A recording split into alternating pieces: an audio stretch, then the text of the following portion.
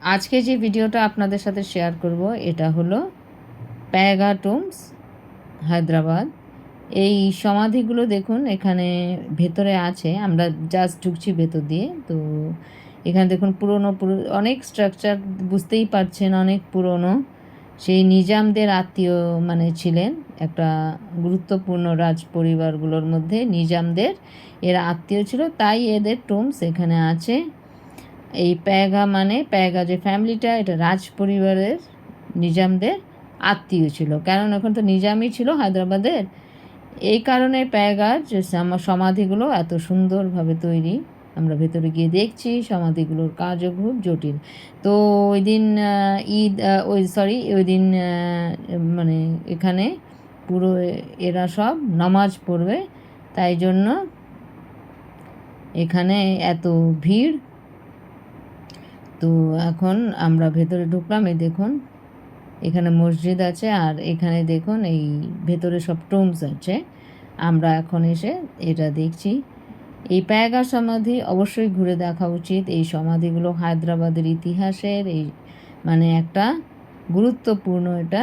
এই প্যাগাগুলো নিজামদের পরেই দ্বিতীয় স্থান অধিকার করেছিল, সেজন্য এখানে টুম্বসটা এখানে ভালোভাবে এখানে স্ট্রাকচার আছে। এখানে টুম্বস এখানে আছে, দেখুন এখানে স্ট্রাকচার।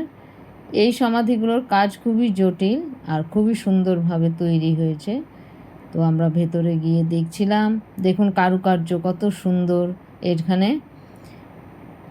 কেন কি প্যাগা ফ্যামিলি নিজামদের পরেই ছিল বলে এখানে ভালোভাবে এইভাবে টুম্বসগুলো রাখা হয়েছে। আর এখন যদি এটা আরও সুন্দর করে রিনোভেশন করে তাহলে আরও ভালোই হবে। কারুকার্যগুলো দেখেছেন খুবই সুন্দর, ভেতরে টুম্বসগুলো যে খুবই একটার পর একটা ছেলে এখানে বলল আমি দেখিয়ে দেবো আপনাদেরকে। তো ও বলছিল কোন কারুকার্য, কী কারুকার্য। তো ওই দিন ওদের সব নামাজ পড়া ছিল বলে ও বললো তাড়াতাড়ি করে একটুখানি করে দেখিয়ে আবার ও এসে দেখাচ্ছিল। তো কারুকার্যগুলো দেখুন ভেতরে খুবই সুন্দর। এটা কয়েক প্রজন্মের সমাধি, এখানে অনেক প্রজন্মের আছে সমাধি। এখানে একটা দুটো না, অনেকগুলো টুম্বস আছে। আমরা দেখলাম ঘুরে ঘুরে সব। এই সমাধিগুলো চুন এবং মর্টার দিয়ে তৈরি এবং সুন্দরভাবে খচিত মার্বেল খোদাই করা হয়েছে। সমাধিগুলো 200 বছরের পুরনো এবং প্যাগা অভিজাতদের কয়েক প্রজন্মের এখানে শেষ সমাধি এখানে সব আছে। আর যেগুলো নতুন করা হয়েছে এগুলো অন্য রকম বেশ ফুল দিয়ে তৈরি করা হয়েছে। তো আজকের ভিডিওটা আপনাদের দেখলেন, আপনাদের কেমন লাগলো বলবেন।